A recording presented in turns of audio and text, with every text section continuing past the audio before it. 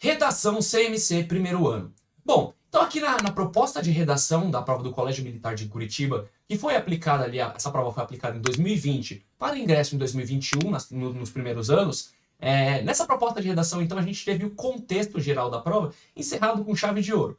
Para quem não se recorda, o contexto geral da prova ali era tecnologia e sociedade, né? A forma como nós nos comportamos ali no ambiente da internet, por exemplo. Isso aconteceu e esse foi o contexto criado. Aqui, esse contexto ele vai ser encerrado, tá certo? Então a gente vai ter que abordar esse contexto ainda, só que de um ponto de vista um pouco mais específico. Eu vou trazer essas observações para vocês, mas eu quero chamar a atenção de vocês para alguns pontos que eu vou destacar, beleza? Então vamos primeiro aqui ao texto da proposta de redação que diz o seguinte: com base nos textos desta prova, os textos de 1 a 7, e em seus conhecimentos de mundo, construa um texto dissertativo argumentativo em terceira pessoa de 15 a 30 linhas sobre as influências das tecnologias digitais para o ensino da educação brasileira, contemplando o seu futuro e considerando o seu atual contexto o atual contexto da pandemia causada pelo Covid-19 no mundo. Então vamos lá, vamos dissecar essa proposta de redação aqui. Primeiro ela fala: construa um texto dissertativo argumentativo. Bom, o formato de texto dissertativo argumentativo vocês já conhecem. E como ela está pedindo um texto dissertativo argumentativo, você não vai escrever uma poesia, uma música, você não vai escrever, sei lá, uma receita de bolo, um conto. Não, você vai escrever um texto dissertativo argumentativo. Aí você pensa, então pode ser de repente um artigo de opinião onde eu vou usar ali a primeira pessoa. Não, você vai usar a terceira pessoa. Por quê? Porque a proposta aqui de redação, ela quer que você aborde esse tema aqui, só que ela quer que você fale de um ponto de vista de quem está só observando. É como se você fosse um comentarista de futebol, você está assistindo o jogo da cabine e o jogo está acontecendo lá dentro, só que você não está lá dentro e está comentando sobre ele. É exatamente isso, você tá observando essa situação de um ponto de vista de fora. E aí você vai dissertar, né? Você vai falar sobre esse assunto e você vai argumentar sobre ele, beleza? Aí tem uma outra regrinha ali que eu nem destaquei tanto, porque não é tão importante, mas de toda forma, de 15 a 30 linhas, tá? Menos que 15 não pode, mais que 30 também não. E aí a gente sempre recomenda, escreva o máximo que você puder. Planeje sua redação para você ocupar o máximo de linhas possível, ok? Outra coisa que é interessante aqui é o tema, tá? Porque o tema foi apresentado sobre as influências das tecnologias digitais para o ensino da educação brasileira, tá certo? E aí, contemplando o futuro, né, a partir de agora, o que vai ser da educação brasileira, né, conectando com esse lance da tecnologia, e aí que tá o contexto atual da pandemia causada pelo Covid-19. Isso porque no ano de 2020, né, no momento em que a prova foi aplicada, a pandemia já estava acontecendo e essas mudanças já estavam sendo observadas, né? Então as influências, a tecnologia já tinha influenciado muito na educação brasileira. A gente não podia mais sair de casa, os alunos não podiam mais ir para a escola e tudo mais. Como que isso aconteceu? O que isso resultou? Enfim, é basicamente sobre isso que você vai falar, tá? Uma coisa que eu quero chamar a atenção é que logo depois aqui da formatação original da prova, logo depois do texto da proposta de redação, tem as regrinhas. Mas eu quero chamar a atenção para um ponto muito específico. Porque veja ali que no começo ele fala, com base nos textos da prova e em seus conhecimentos de mundo. Então beleza, você está ali lendo bastante, você está bem antenado no que está acontecendo no mundo, você lê várias pesquisas científicas, várias pesquisas estatísticas, e você tem essa bagagem para trazer para dentro da prova. O seu conhecimento de mundo ele pode estar presente ali na sua redação. Mas aí, beleza, você não está tão ambientado, você não está tão situado no tema, você não sabe exatamente o que você vai falar. A prova criou esse contexto para você. A prova te apresentou 7 textos e você tem ali informação suficiente para de fato dissertar sobre esse tema, tá certo? Só que tem um ponto muito importante, né? Ela fala, com base nos textos da prova. Então você pode, de fato, construir o seu conhecimento ali na hora da prova. Mas você não pode, de forma alguma, copiar trechos dos textos que foram apresentados. Olha aqui. Formule uma opinião sobre o assunto e apresente argumentos que defendam o seu ponto de vista. Beleza. Só que, de forma alguma, você não pode transcrever literalmente trechos dos textos da prova. Então, ali de novo, você não está tão ambientado no tema, você vai ter que construir o seu conhecimento na hora da prova ali com os textos motivadores. Você não pode, de forma alguma, copiar trechos do texto. Então você tem ali, no texto 2, por exemplo, aquela linha, ela sustenta o teu argumento de uma forma perfeita. Você não pode copiar, você tem que conseguir construir essa relação sem transcrever literalmente aquilo que foi estava escrito no texto 2. beleza? Então essa regrinha que eu quis chamar muita atenção, porque como ela diz ali, com base no texto da prova, talvez você pense que você pode copiar. Não, não pode copiar dos textos da prova. Mas sim, pode usar eles para construir o seu conhecimento na hora de fazer a redação, beleza? E aí que tá. Tô falando aqui muito de dissertação, a dissertação é fácil, é só falar sobre um tema, mas a parte da argumentação é um pouco mais complicado. Então eu decidi aqui trazer para vocês tipos de argumentos que vocês podem usar e como esses tipos de argumentos funcionam. Então a gente tem o primeiro tipo de argumento aqui, que acho que sim, é o que sustenta melhor qualquer argumento, na verdade, que é o argumento de autoridade. Então veja, no mundo nós temos pessoas que dedicam a sua vida a estudar um tema. Nós temos também, de repente, institutos de pesquisa, sei lá, institutos governamentais de pesquisa, como é o caso do IBGE, por exemplo, que fazem pesquisas. E aí, esse especialista, essa pessoa que estudou a vida inteira, ela é uma autoridade nesse assunto. Ou, de repente, também o IBGE. Se você está falando ali de população brasileira, por exemplo, o IBGE é uma autoridade nesse assunto. Então você pode, de repente, trazer ali a palavra de um especialista para dentro, você pode citar o que um especialista disse na sua redação, você pode citar uma pesquisa do IBGE, por exemplo, ou no caso aqui no contexto, né, como a gente está falando de educação, você pode citar uma pesquisa do MEC, por exemplo. Então, assim, essas autoridades que se debruçam em cima de assuntos, geralmente sustentam bem um argumento, beleza? Então você pode usar o argumento de autoridade, mas você também pode usar o argumento por evidência, né? Então você vai citar essas pessoas, esses institutos, eles fazem pesquisas. Então, por exemplo, uma pesquisa científica que um neurocientista pediátrico fez acerca da educação tecnológica para as crianças. Se você leu alguma coisa do gênero, se você sabe alguma coisa do gênero, usa, tá certo? E aí você vai apresentar essa evidência de que, olha, as crianças aprendem melhor pelo computador, conforme disse tal cientista. Você pode trazer isso. Dados estatísticos, por exemplo. Então, o MEC apresentou uma pesquisa recente dizendo que a educação melhorou 802% durante o período de pandemia, enquanto as crianças estavam estudando pela internet. Se você leu essa pesquisa, tudo bem que foi por hipótese, foi totalmente hipotético aqui, isso não aconteceu de verdade.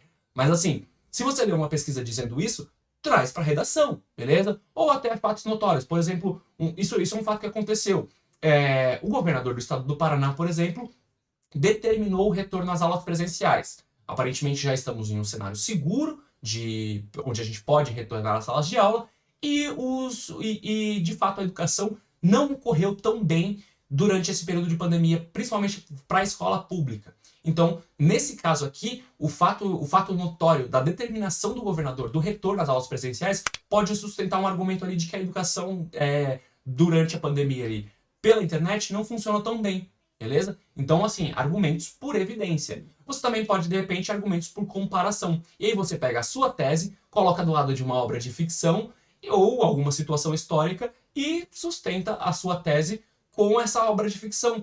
Uma coisa que todo mundo gosta, na verdade, sim, falam bastante sobre citar Harry Potter, por exemplo, numa redação do Enem, geralmente. Então, assim, você pode trazer... O Harry Potter é uma obra gigantesca, onde acontecem várias situações diferentes, e você pode, de repente, trazer ali alguma coisa relacionada à obra de ficção com o seu tema. Você traz isso para a sua redação e, assim, fazendo sentido, sustentando o seu argumento, vai ser ótimo. Inclusive, vai ser até uma conexão interessante, tá? Então, argumentos por comparação com obra de ficção ou com situação histórica. Inclusive, isso aqui aconteceu no nosso texto 6 aqui na prova, né? Quando, na verdade, aquele artigo de opinião, ele trazia a comparação do narcisismo digital de hoje em dia com o mito de Narciso, beleza? Então, essa comparação, ela é possível, esse paralelo, ele é possível. E aí, se você conseguir fazer, traz para a tua redação, vai ficar ótimo, ok? Aí a gente também tem o argumento por causa ou consequência. Então veja, ele estabelece uma relação entre a sua tese. Se a sua tese for um problema, o que ela causou? Certo? E aí você consegue criar essa relação aí para sustentar o seu argumento. Ou também, se o problema causou a sua tese, o que a sua tese, como a sua tese é uma consequência de algum problema que causou ela. Também tem isso. Então você pode trazer aí esse argumento estabelecendo essa relação de causa e consequência, ok? Esses são um tipo de argumentos bem interessantes que você pode trazer para a prova. a gente também tem um argumento por ilustração. Então veja, você não necessariamente sabe muita coisa a respeito do assunto, ou você não consegue fazer uma conexão com alguma obra de ficção, não conhece nenhum especialista.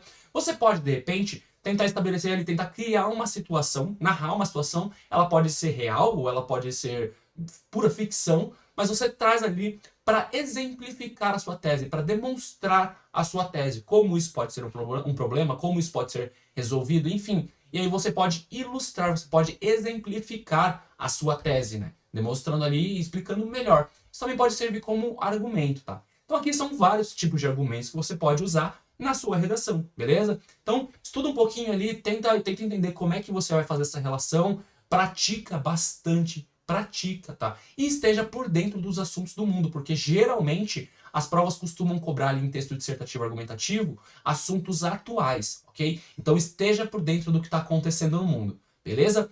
E aí eu trouxe mais algumas informações importantes aqui, são os conectivos. Bom, você está escrevendo um texto ali e o seu texto ele precisa ser coeso e precisa ser coerente. Para o seu texto ser coerente, ele precisa de fato ter a coerência externa, né? Então ter uma base na realidade, mas ele também, para ser coerente, ele precisa. Você vai falar sobre, sei lá, tecnologia, educação e pandemia, não tem por que você trazer de repente ali exploração espacial.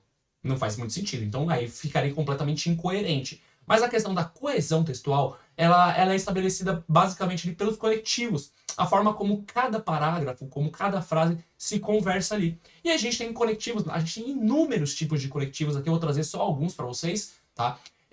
Mas aí que tá, se aprofunda nesse assunto, porque quanto mais vocabulário você tiver para estabelecer essas relações de sentido dentro do seu texto, melhor fica seu texto, beleza? Então assim, são inúmeros conectivos, aqui eu trouxe os principais. Por exemplo, os conectivos que estabelecem a relação ali de prioridade, tá? Então quando você vai começar o seu argumento, por exemplo, você quer falar que antes de analisar a situação por completo, a gente precisa fazer uma outra coisa. Traz a prioridade, olha, esse assunto aqui é prioridade antes de fato minha tese. Primeiramente, antes de mais nada, eu queria falar isso aqui. E aí depois você fala sobre a sua tese. Então, aí um conectivo de prioridade para você, né? 3 conectivos de prioridade para você.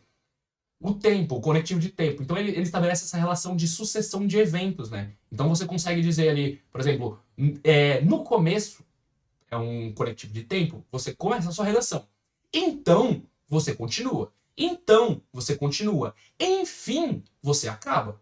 Certo? Então veja que essas palavras elas meio que vão dando dicas para o leitor do que está acontecendo no texto, beleza? E como essas coisas se conectam.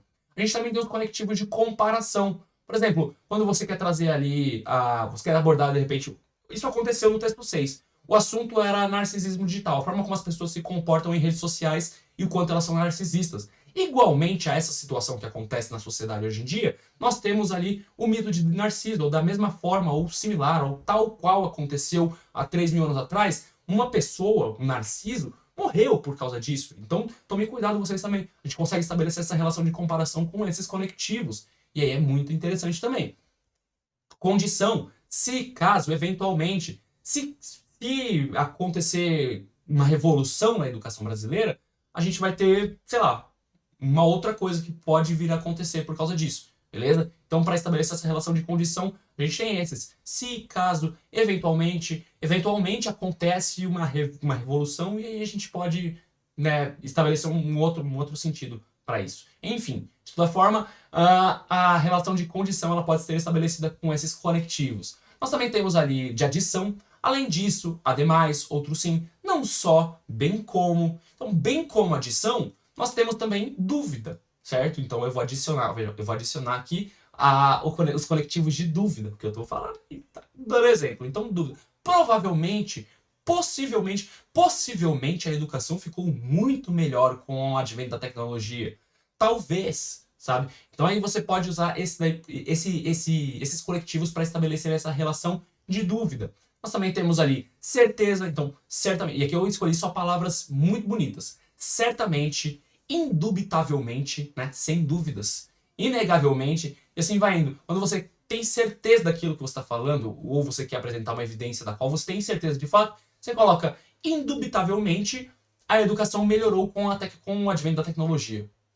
E aí eu não vou ter dúvida, mas aí você tem que embasar também, né? De toda forma, também temos exemplificação. Exemplificação é quando você quer introduzir um exemplo, de fato. Então, assim, A educação brasileira melhorou muito com a tecnologia. Isto é, a tecnologia ajudou a educação brasileira a melhorar. Então, viu? Eu estabeleci essa relação de exemplo. Tudo bem que eu disse a mesma coisa nas duas situações, mas eu estabeleci essa relação de exemplo uma com a outra.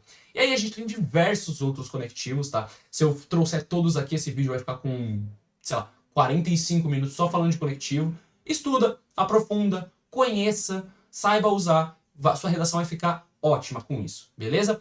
E aí, eu falei do tipo de argumento, falei de conectivos, eu quero trazer um exemplo aqui falando da estrutura do texto. Então eu vou falar da estrutura do texto dissertativo argumentativo, mas eu vou falar dando exemplo, demonstrando. Olha que interessante. Então o texto dissertativo argumentativo, né, sua redação, ela vai começar com a introdução. Aí na introdução você apresenta o tema, certo? E o nosso tema aqui no caso é educação, tecnologia, Covid-19. E a tese? Qual que é a sua tese? A minha é a seguinte, ó.